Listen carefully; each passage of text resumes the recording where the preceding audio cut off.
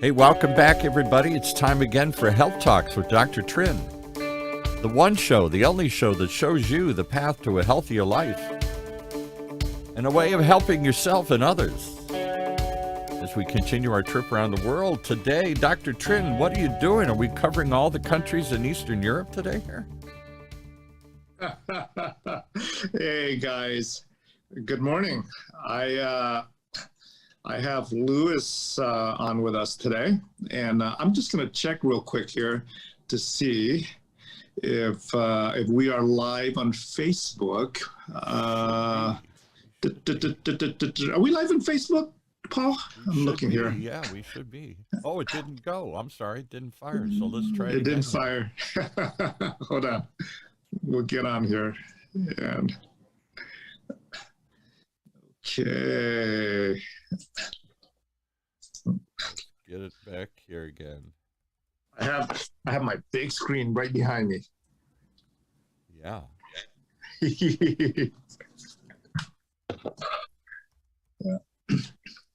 Tell me when we're on here. Okay. Well, why don't you? Let's riff for a second here because we're on YouTube right now here. We'll chat with the. Okay, let's get that. So today is really about whole person care, physical, mental, spiritual. Okay, is the way we approach it with the Orange County crowd that we're talking to. Okay, I think we're on Facebook now. Yeah, let me see. All right. There we go. How are you, everybody? Awesome. We are live.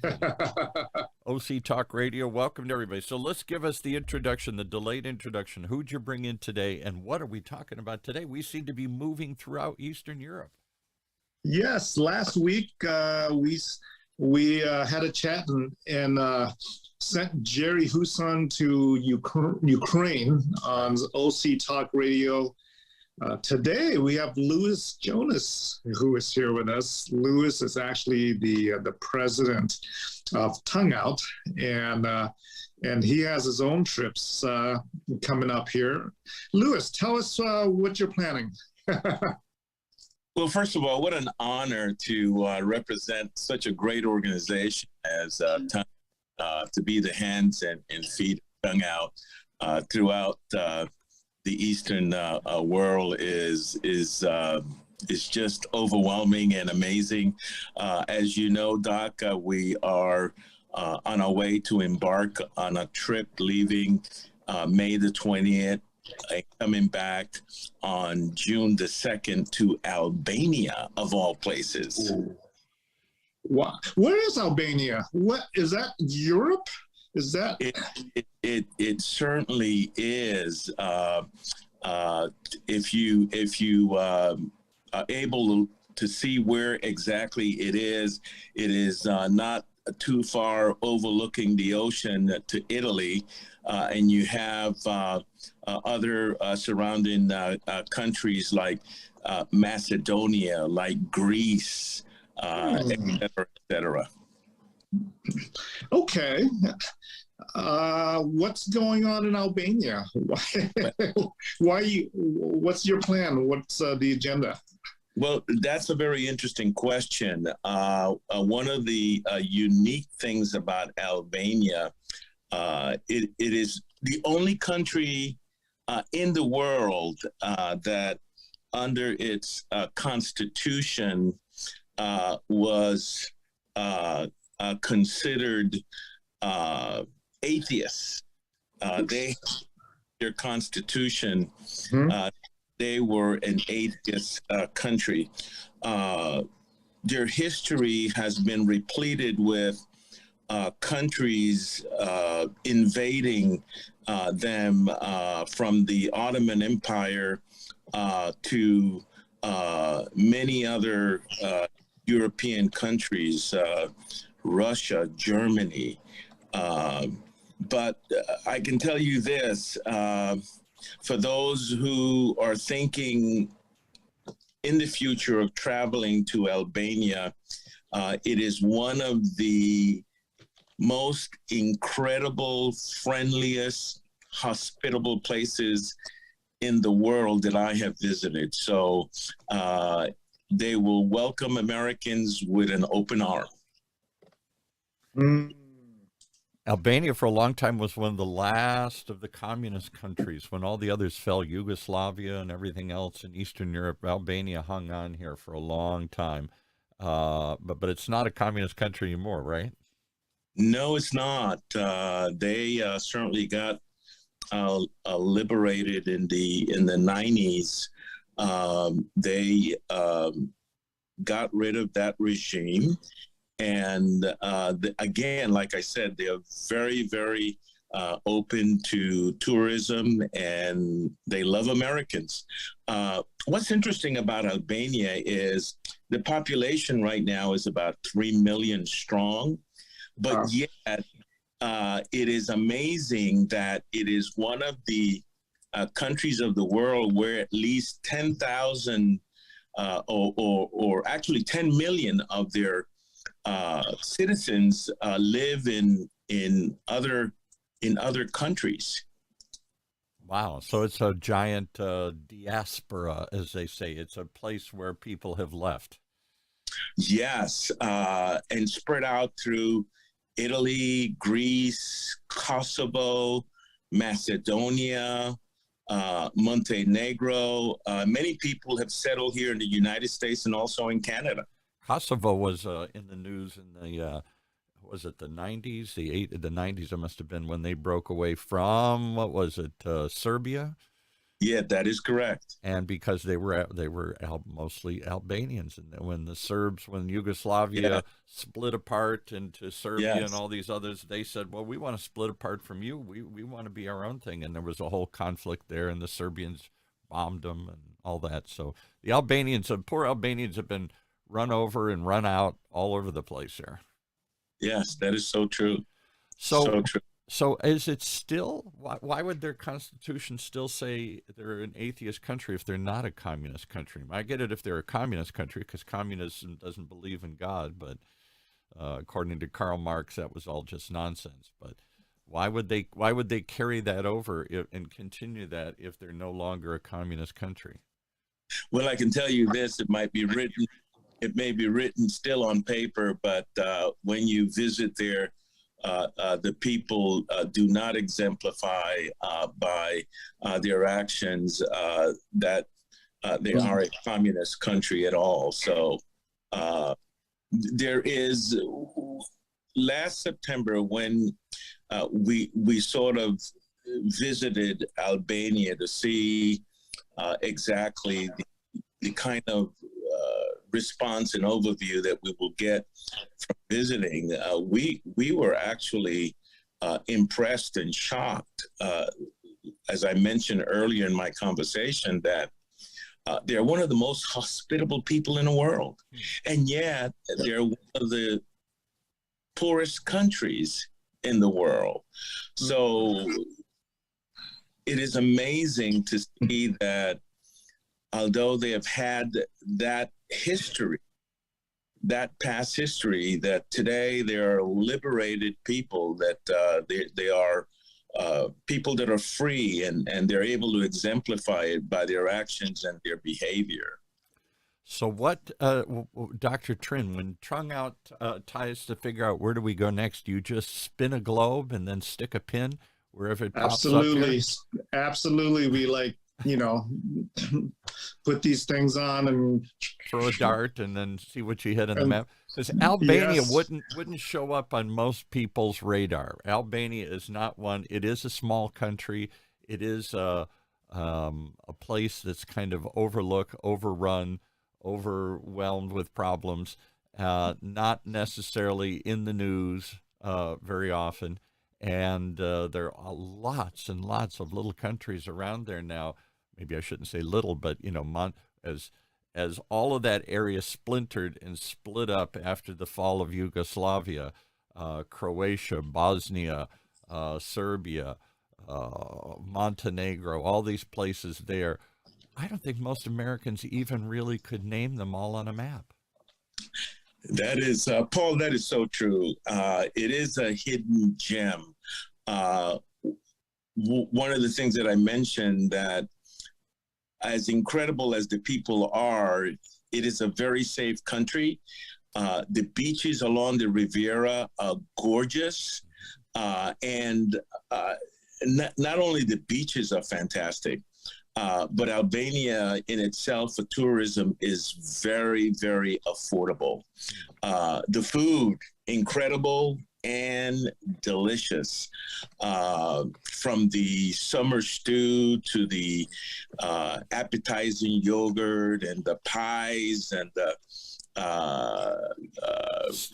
desserts. So you make it a good case to go visit there. Why is I'm telling you, every component that is very essential in tourism, meaning accommodation, meaning hospitality, meaning the food that you eat, the places that you visit, it is very appealing. It makes you want to go back again, like we are representing Tongue Out in this particular case. So why do they need Tongue Out there? It sounds like a pretty place. It sounds like they've liberated themselves. Why is Tongue Out heading there, and what are you going to do there? Well, one of the things that has always been prevailing about the organization is the fact that wherever you go, everybody needs medical treatment. And in countries like this, Paul, you have even mentioned it, is the fact that it is a place that not too many people notice. So you have needs that are unmet, and we believe with the Tongue Out Medical Group, we're able to do quite a bit of benevolent work in that area, like we're doing in Vietnam, like we're doing in Mexico, like we're doing in Peru, and as we have previously done in Haiti. So compare it to some of those places. It has the potential for a tourism, but I don't think it has a thriving tourism market right now. I don't think most people are heading to Albania. And so are the coastal areas built up? Are there big cities there, or is it still a rural country, and maybe it's both? I don't know. It certainly is both. Tirani, which happens to be the capital, is a very thriving city.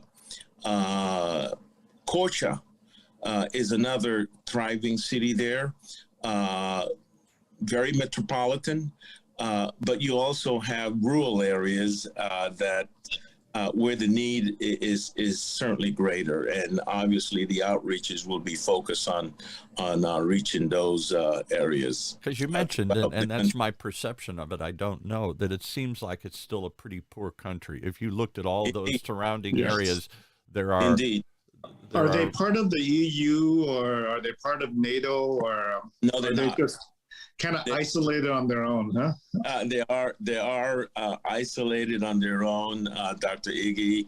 But again, it is a country that their language is so unique to their own.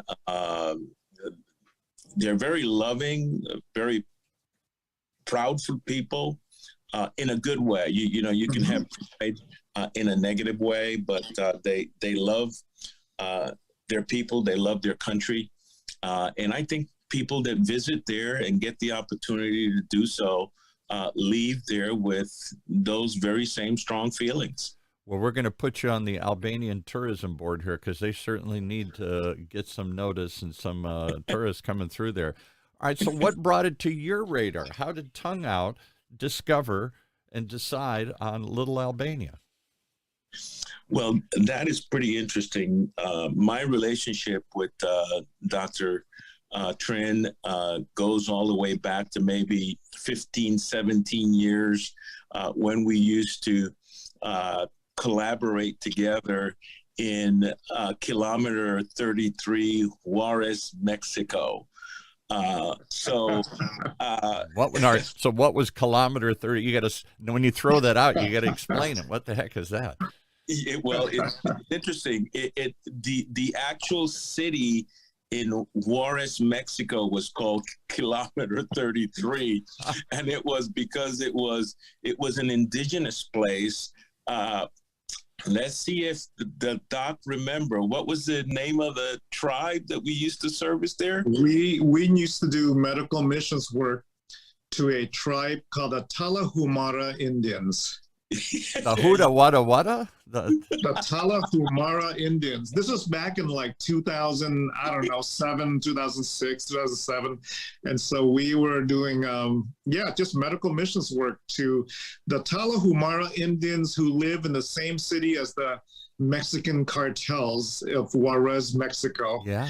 And so, we were doing kind of missions work back then, just medical care and all that. And these were Indians who, like, I guess maybe like American Indians or Indians anywhere in the world, they were isolated, ostracized, yes, and basically ignored by the government. Right. And so they were put in this little Kilometer 33 area. Didn't even give it a name, just said we're going to 33 kilometers from something. Yeah. That's where you live. Yeah. Yeah. And there was a big community there. They lived in these little huts with no running water. It was pretty crazy. But that was back in 2000. Yeah, that was a long time ago. A long yes. time. Oh, yeah. All right. So how does Kilometer 33 lead to 33,000 kilometers from here in Albania? Well, I think that what is happening to Tongue Out, they've always, I'm pretty sure the doc has shared with you about tremendous opportunities for the organization to go global. And one of the exciting venues that we have in going to Vietnam is collaborating potentially with the Mercy ship. Everybody knows that is the largest floating hospital in the world. And that kind of exposure is just the kind of exposure that Tongue Out organization, as effective the ministry of physical healing has been to those that are in need of medical care, is going to put us into a higher level of recognition for the work, for the great work that the organization has been doing. So these other countries are just doors that are being opened right now, places that I have had the opportunity, like last year, to travel to, Iraq, Lebanon, Albania, Greece, Mexico, and there are much more to come. So right now it's sort of like a recognizant trip for us. Not necessarily saying that that's going to be our footprint, that's going to be our handprint, but potentially everywhere you go, you know, Paul, that the need for medical services is desperately needed. Oh, you could probably go to 100. I don't know how many countries are in the world, like 140, 120, something, I don't even know, but you could probably go to 100 of those and find places and spaces, including, rural, poor areas here in the United States, I'm sure too.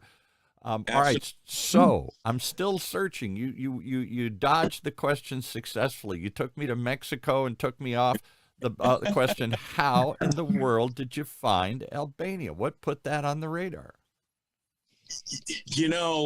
Tongue Out has always collaborated with different organizations throughout their existence. And last year, when I got invited to go to Albania, I went out with an organization by the name of Faith Quest. And they were already there, and they said, "Come and look at what's happening." No. This was just the beginning of what has become a potential possibility of an organization like Tongue Out to have a footprint and a handprint and a voice in Albania. So what we do is like the military does. We do reconnaissance around the world to see. Yeah. You go out and do a little recon trip and see if it's there. Yes. But I'm still trying to say, who paid attention to? Was this other organization saying, "Hey, we think this is an area, come look," or did you know somebody, or who invites you to go to Albania? You don't just get a phone call one day and say, "Hi, this is Pago, and we need you here." Yeah, it's a collaborative effort of several organizations. The principal organization is a organization called Novo, which means anew. Right. And Albania for them was something new. And they invited my good friend John Gash, who is the president of Faith Quest. And that's how Tongue Out got involved with this great window and great opportunity. So I don't want to get too religious on this show here, but I know this is partly a faith-based effort. You really believe called to go help people who are overlooked, like the Indians in kilometer 33. This certainly seems to fit that parameter. This is an overlooked country in an overlooked area, probably overlooked by most relief organizations. They focus on the ones in the news. Haiti has an earthquake. Everybody rushes there. Vietnam, Dr. Trinh has a personal connection with. It usually starts with something like that. This is not one I would have expected you guys to pick, because there is no connection. There is nothing that puts them in the news. Is that what's appealing about this? It's a forgotten, overlooked area here? Well, indeed it is. The makeup of Albania from a religious affiliation is, you're looking at least 56% Sunni Muslims. Right. About 13 to 14% undeclared, meaning that they have absolutely no interest in any religious organization. You've got about 10% Catholics, and then you got about 6 to 7% that are Orthodox believers. Now, evangelicals like Dr. Trinh and myself, we are 0.14. So there is indeed a need for both of what Tongue Out represent. Our focus is always the body, right? But the body also needs the spirit. So Tongue Out does both. And you do it. The idea is you come in and you just help, no questions asked, no compensation needed. You need medical help, we're here to help. Stick your tongue out. Let's see what you got.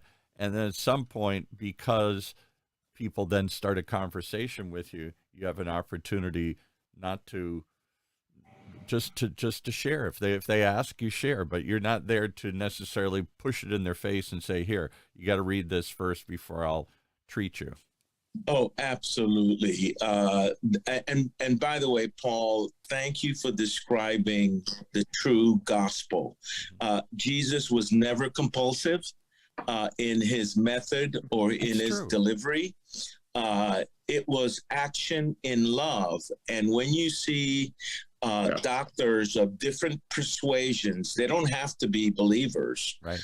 When they are promulgating love through their service, it is an incredible thing to see, because we all know that doctors that have joined the Tongue Out group are not doing this for a fee for service rendered. They're not getting paid to do this. This is them giving back to the world. Right.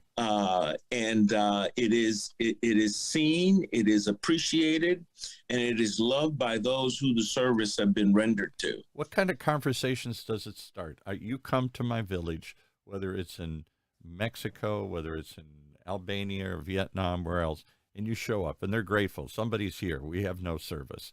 Do they start asking why you here and who are you and why you doing this? Well, Or do they we just have grateful and no questions? Yeah, whatever y- you're here, great, y- thanks. Yeah, normally one of the successes of a successful outreach is you must have boots on the ground. right. You must have native leading the organization. Mm, We are just going to be the back end of that. We're right. not the forefront as it always been in the past. Right. But no, what we do, we partner with locals that have a heart for all of the countries that we go into, so that it is through them that these services are rendered. But I guess I'm tell me some stories of how the people. I'm sure they're grateful because their child is in need. They're in need. Nobody's seen them medically for a long time. Doctors Without Borders does this. Other groups go out and just show up and say, Yeah. I'm not going to ask for anything. We're just here to help. But I wonder if the conversation goes beyond thank you. If the conversation goes into, well, tell me about who you are and tell me why you're here and tell me what you believe. Does that open the door to conversations, or is it simply next? Stick your tongue out, next. Yeah, absolutely. We just recently went to Ensenada, and through an organization called Hugo Ministries, which is more of a construction type of ministry, we partnered in building 2 homes in very underserved communities. We selected 2 families, mother with 5 kids and a mother with 4 kids. The male was not around, Right. and we didn't go there to save anybody. Right. We just went there To help. to construct a home. So that's what we call Jesus in action. Right. Okay. So you don't have to necessarily quote a verse in order for people to know who you are. Right. Your examples by your actions determines that. You're living the faith, you're acting it out, and you're exemplifying what Yes. it means to be, in your mind, a follower, a Christian. So, Yes. so you show people and share people, but do they respond to, I'm sure they're grateful, and I'm sure they're happy, and they line up. Oh, you would not believe how these mothers and these children responded. And by the way, they were so grateful and thankful that they, along the process of actually building these homes from the foundation, were involved in the process and Yes. was very grateful and thankful that we came all the way from America, the United States, to do this for them. Yeah, right. It is words cannot describe, and Dr. Trinh has shared some stories about cataract surgeries in Vietnam, the gratitude, the gratefulness, the thankfulness goes beyond any expressive words of how they feel. You can see it. You can see the joy. You can see their eyes opening up. Yeah, right. Yes, absolutely. So why do you do this? What do you? Is it just a calling? Is it an addiction? Once you go there and you see what it is, you say, I got to do more. I have to make a reference, and the reference is a biblical one. Okay. 24 hours before the crucifixion, in the upper room, Jesus did something that totally and completely shocked the disciples. Mm-hmm. Here is their master. Here is their Lord. Here is their King, washing their feet. Peter was so outraged that he said, no, not no. He said, if I cannot do this to you, then you cannot be one of my followers. Wow. And the lesson here was, do unto others as I have done unto you. Right. I am just grateful for the opportunity to be a servant for what I believe in.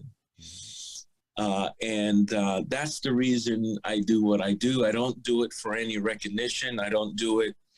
I was actually surprised that Dr. Trinh would want to consider me to be the president of the Tongue Out Crew. I'm honored.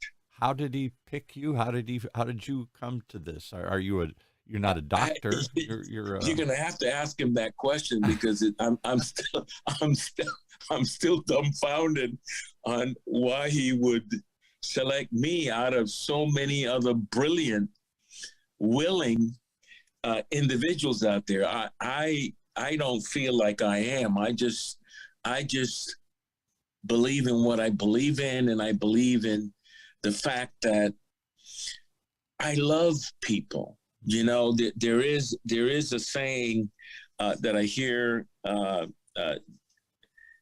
J.P. Jones, my pastor, say, love God, love people, and have a blast. There it is. There's the new job requirement right there. Love people. Yeah.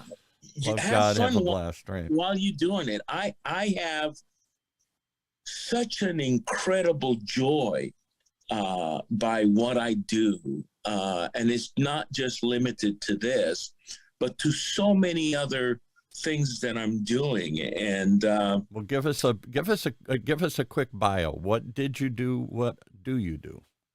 That's pretty interesting, because for 43 years I worked in sales, professional sales, for major companies in the traffic control safety industry, making equipment, selling equipment, managing dealers, managing salesmen, nationally, internationally. And my best year ever, while I was still doing all this on the side, okay? Right. My best year ever, I leave a manufacturing company that had a lot of the national accounts, like United Rentals, like just went blank. That's okay. All of the major suppliers in the industry. Right. And I go to being vetted by a dealer for 2.5 years. I finally gave in. Mm-hmm. That dealer was less than $4 million in sales, with a margin of only 5%. Wow. They wanted me to come in for 5 years to see what I could do to help them out. Well, in 13 months, I took that company from under 4 million to almost $7 million in sales. Wow. And their margins went from 5% to almost 20%. Wow. And the business consultant convinced the owner that I was too highly paid, and that that was the lowest revenue stream in the company. So I'm sorry to laugh, but that seems absurd. You'd have that kind of success, and they say, "Well, he's making too much money." So to make it short, I got fired. I got fired for the first time in 43 years, having my best year ever. That's sometimes how it goes. You think I've had experiences like that where I walked in and I thought they were going to pop champagne, and instead they showed me the door. Yeah. So then I'm walking home. My wife sees me from a distance. She sees that I have an envelope, and she looks at me and she says, "You got fired, didn't you?" I said, I sure did. So what's next? I said, well, I'm going to just take it easy for a while. Right. I got contacted by 3 other companies similar to the one that I left. And every step that I took to go in that direction, God had a different plan for me. Wow. He said, no, So no, then, no, I'm trying. Why are you going this way? Come on, come over here. And you're like, no, no, no, this is hey, where I no, go. it was like they wanted me, but God said no. And so this is where I am today. I am semi-retired in the sense that I am not working for anybody. I do part-time work for the church that I attend to, and they have given me autonomy to go on all of these missional trips. Wow. That I do. And so it is the best thing that could have ever happened to me. If I wouldn't have gotten fired, I still would be doing that. And maybe I wouldn't be doing what I'm doing right now. Yeah, you probably wouldn't. So I'm in a perfect place at the perfect time, full of joy, having a blast, and loving what I do. Well, I remember this story from a previous episode we did a long time ago. I think it was on the other show Dr. Trinh was doing. And I thought we had to tell that story because what seemed like the worst moment in your life, the most unexpected, unexplainable moment in your life, I'm kicking butt.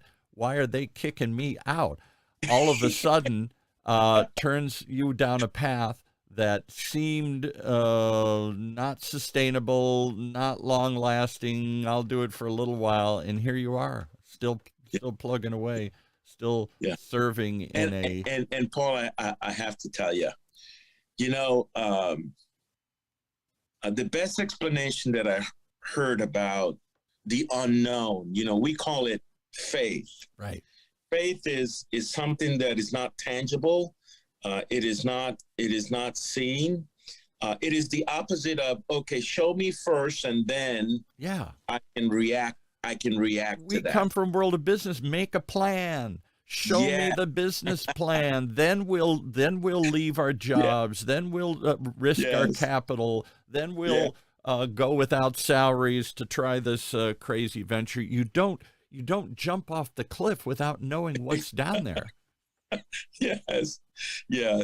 So I am learning a lot what that means. And I'm learning a lot how that works. Yeah, right. So I don't think most Americans can grasp. I can't. So maybe I'm speaking for me. I have taken risks, but I always thought I didn't always really understand the risk I was taking, but I thought I did. And I thought I was being safe, and I thought I was doing all this. And as I think somebody once said, maybe it was, I don't know who it was, but said, God just loves it when you make life is what happens when you make other plans. I've made a plan to go this way, and God says, well, that's great, but here's where life's going to take you over here instead. It's almost. But there is a verse for that. A man devises his own ways, but it is the Lord that will direct his path.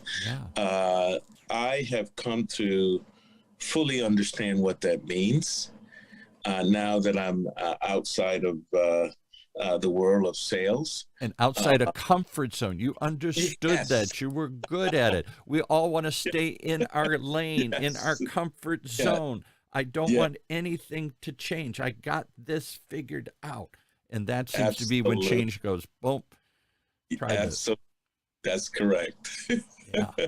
Well, and to take a leap of faith like that, we call it a leap of faith. Sometimes it's a kick of faith.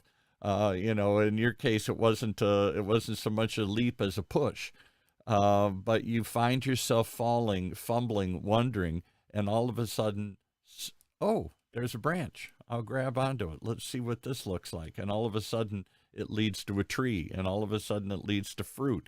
All of a sudden, it leads to something you hadn't even looked at or wouldn't have looked at. I think that's kind of the way you guys seem to react to finding places. Albania, I'm still wrapping my head around. Albania, Haiti, Vietnam and a village on kilometer 33. What's the connection there?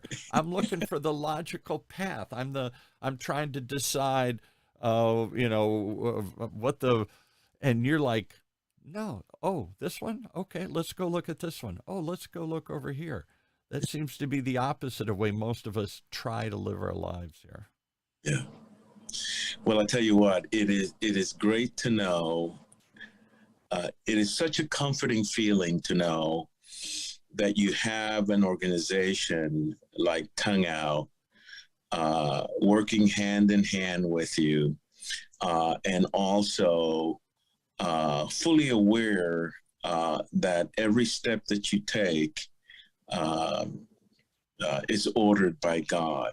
And what do I mean by that? Wow. A sense of peace in every approach that you make. That's one of the driving forces in anything that I do. How am I feeling? Am I feeling anxiety? Am I feeling a peace that passeth all understanding? And yet, not to get to, this is about health, ostensibly, so you're going and looking after the health of others. I got to wonder whether the health of this country, sometimes we're all on Prozac. We're all on anxiety medications here. Anxiety, tension seems to run through our whole society here. And yet we're always looking for peace and contentment. And yet we're always racing, running, worried, going from one, we're just reacting to one crisis after another here. I don't know that we have that sense of peace and purpose. It's very difficult to, Paul, because it is like describing a glass of water. Mm-hmm. And when you think about the political parties and the people that follow each, it's like describing a glass of water. One sees the glass half empty and the other sees it half full. Right. Our ideologies, our political affiliations have never, particularly more so now than ever. Never in my lifetime, not since maybe the tension of the 60s, it reminds me. Yeah, exactly. Yeah. It is not working to unify, but it's actually working to destroy. Yeah. And it's like, what can I up on you, or what can you up on me, right. Instead of what can we do together? Yeah, right. America first. Yeah, or our community first, or ourselves first. Yeah, right.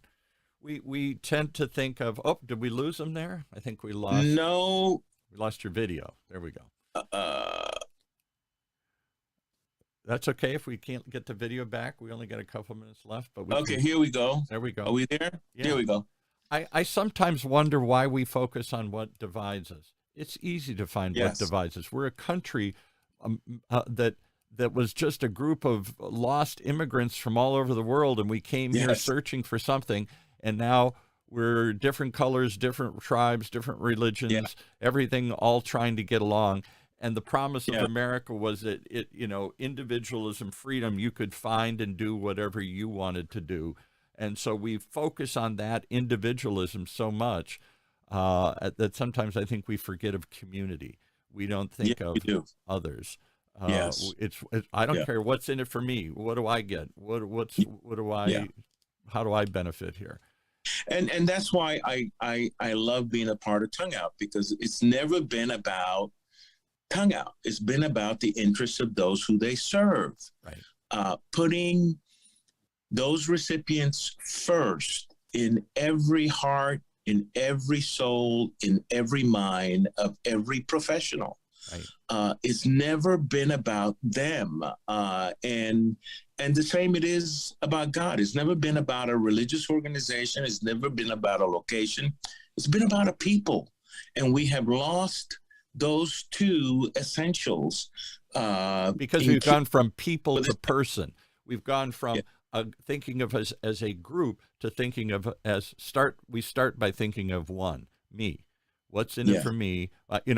People ask me all the time, I'm a good Irish Catholic, and people say, why do you still continue the faith? All the problems in the church. We could talk endlessly about Catholicism and the Catholic Church and everything. I get it. I got no explanation for the insanity that goes on within the organization sometimes. But whatever for me, it's the faith of my fathers, and it's a continuation of a story that took off a long time ago. And I believe in the fundamental message. But what keeps me coming there is it forces me to think of somebody other than me once a week. I am an only child, a sole proprietor, a solopreneur. It's easy to get focused on me. I have one child. It's everything seems to operate in ones in my life here. And sometimes I need to think of it as more than one. Need to think of the many, even if it's not convenient, even if it's not immediately apparent that I get anything out of this. Somehow I need to think of others once in a while. I believe in that. And that's what keeps me going when the Mass is boring, when the priest is moaning, when I wonder, the child is crying next to me and I wonder, why am I here? I say, because you're forcing yourself to be in a community in the midst of others, to listen to a message that's all about, not about you, but about serving others. And I don't get that message the rest of my week. Yeah. So well said. I think this is for you. It's that going out there. I'm sure there are times you're on the road and you're saying, what the heck am I doing here? I could be home. This is cold. This is scary. This is not, they're being nasty to me here. Why I don't need this. I don't need to put up with this. Why I'm just going home. And there's something that keeps you going there. I remember we had, is it Jerry Huson on? Yes. And he was talking about, he says, sometimes I'm driving down the road and I go, I am tired. I'm hungry. I got to get somewhere. And all of a sudden, Jesus takes the wheel and turns it. And I go, I don't have time for this. I don't want to do this. They don't want me here. Why am I here? And he's like, okay, correct. All right. I'm sorry. What do we need here? And he pulls into a group of migrant workers or some other crazy thing that he hadn't thought of that day here. Or you're in Albania and you're going, I don't know how I'm here or why I'm here, but okay. All right. Albania. Good. What do we need? And you start looking around. All right. How about this? How about this? How can I help? I know that feel very well where Jerry is serving. As a matter of fact, Jerry and I have collaborated together, 7 Day Heroes. We have gone together to Lebanon. We have gone together to Iraq. So it's what a great guy Jerry is, isn't he? He is. And I'm reminded of him when I look at you or Dr. Trinh. And you all, the question I ask on all these shows is, why? Why? What? Where? When? Why? I and you guys go, and you fumble along, and well, somebody called us, or somebody met us, and there was something here, God took me here, whatever. And you're like, get off of that question. That's the only question I can think of. What? Why? Where? When? How? Who? And you're like, Paul, why are you asking all these like reporter questions here? We're here. There's a need. Stick your tongue out and let's see what we can do. Yeah. And I'll tell you what the key about getting that done is the more you mull over it, the more you say no, just like what Jerry was talking about. I'm hungry, I'm tired, I want to get home, I want to take a shower, and you get diverted. You don't want to get diverted. But the minute you begin to think about, I'm hungry, I want to get home, I want to take a shower, I want to debrief, I want to go to bed. All of those factors will outweigh the obedience of, okay, you know what? I'm going to go ahead and do that. So I think the key for us is we don't want to think about it. We just want to do it. Yeah, exactly. And I think it's a question of, is it me or we, or in your case, the, okay, I'm listening. I don't want to, but I really, can't you take this cup from me? Do I really have to go through this whole thing? The night of the crucifixion, even Jesus got down and said, your will be done, but please, can't we talk about this one more time? and by the way, Paul, that wasn't easy, okay? Because the scripture teaches us that he was sweating blood. Yeah. So Sweating blood. Making that choice was not easy. Because unlike you or me, he knew what was coming next. We fear what was coming next. He knew it. It was about as bad as it could be. The most hideous way that humans have ever come up to kill one another. We're going to hang you on a cross and let you suffocate to death. Oh, yes. All right. So all of this leads me to the question that always ends these shows. I'm not brave enough. I'm a little kid. I'm still scared. I'm still saying, what time are we getting there? Are we there yet? I don't know. I got to go to the bathroom. I got a million excuses. So maybe it's for some of us scared little kids who haven't woken up yet. How can we help you in your journey? Is it writing you a check? Is it going on a journey with you? Is it doing what baby steps can we kids take to join the adults in the room here? What can we do to help? Well, it is just like what Jerry said. We don't want to. I can only speak for myself, Paul. There is a verse that says, "Trust in the Lord with all your heart. Lean not to your own understanding." I like to kind of play with that. Lean not, meaning, don't analyze this and don't analyze that, but in all your ways acknowledge him and he will direct your path. This is what I believe. If God is calling me to go somewhere, he is going to also not only equip me, but also provide the resources necessary for me to get there. So I don't do any fundraiser, just like what Jerry said. we just rely upon God doing it for us. And I'll tell you why, Paul. He does a better job than we do.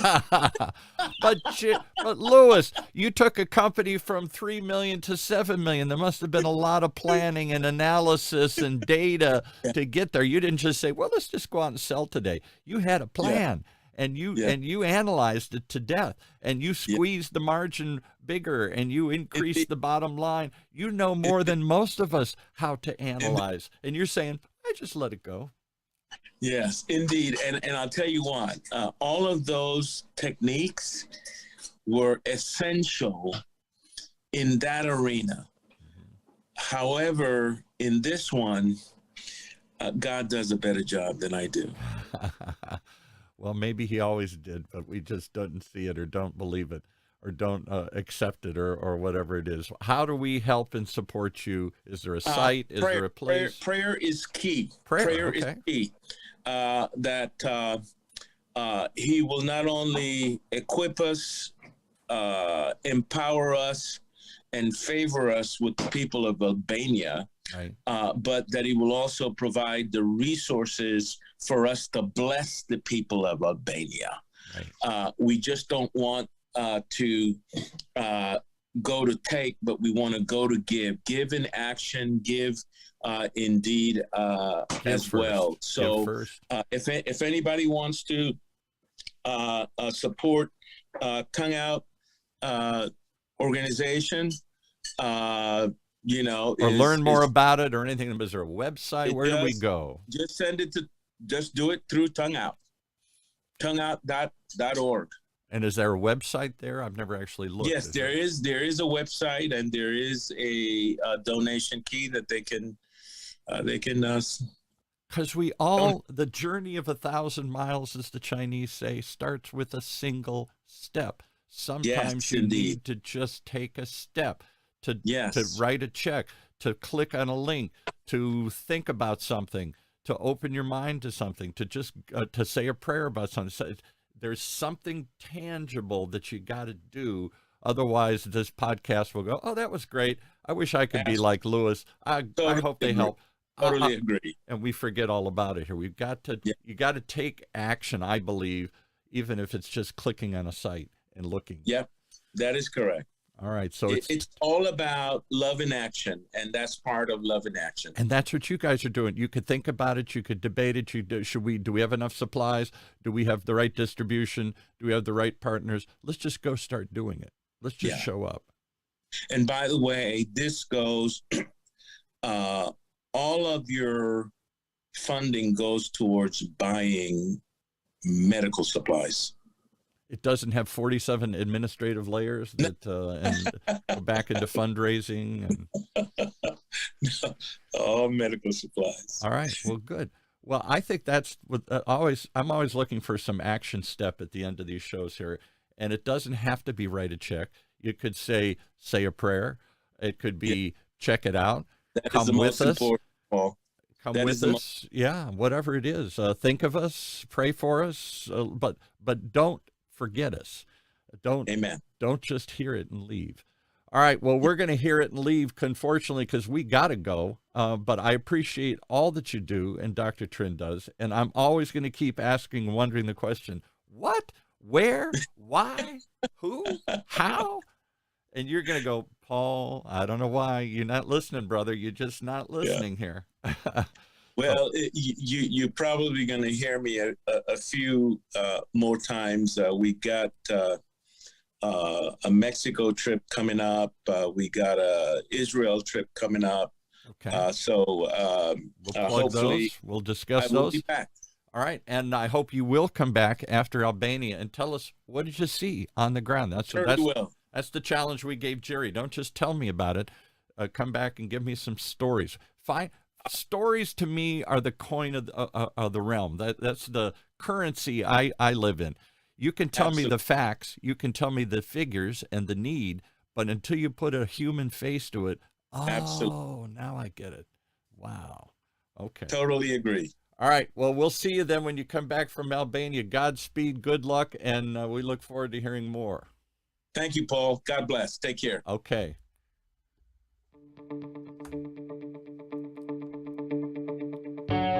Well, there you have it. I don't know how it all ties together, but somehow it does, and only Dr. Trinh knows, as he talks about the health of the world, the health of humans. And just do it.